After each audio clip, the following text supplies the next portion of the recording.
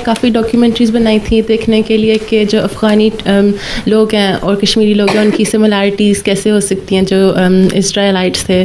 तो उन्होंने बहुत ज़्यादा ट्रेडिशंस ऑब्ज़र्व किए थे, जिस तरह वो फ्राइडे नाइट को कैंडल्स जलाते हैं और कपड़े भी सेम पहनते हैं।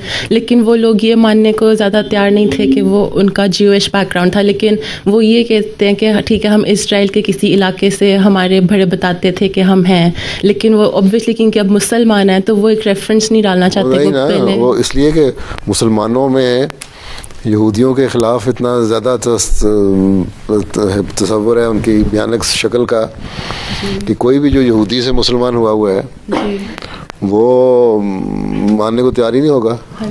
ठीक है, हालांकि वो लोग ज़्यादा पक्के मोमिन हैं इस लिहाज से कि पहले उन्होंने हज़रत मूसा को माना, फिर हज़रत ईसा को माना, फिर हज़रत सल्लल्लाहु अलैहि वसल्लम को माना, और उन कश्मीरियों में से जिन्होंने हज़रत मसीह अलैहि सल्लम को माना वो और भी ज़्यादा मजबूत हो गए।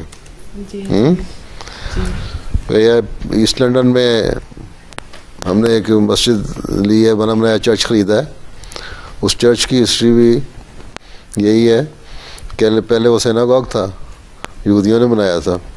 उसके बाद कुछ 100 साल के बाद उन्होंने ईसाइयों को बेच दिया, वो चर्च बना लिया उन्होंने, और अब हमने ख़रीद लिया, उसको मस्जिद बना दिया। तो ये भी उसकी अच्छी हिस्ट्री है। बल्कि जब उसका इफ्तिताह हुआ है तो वहाँ का जो मेरा ख्याल मेयर का नुमाइंदा था उसने भी यही पॉइंट उठाया था कि ये बड़े स्टेप्स में आया है।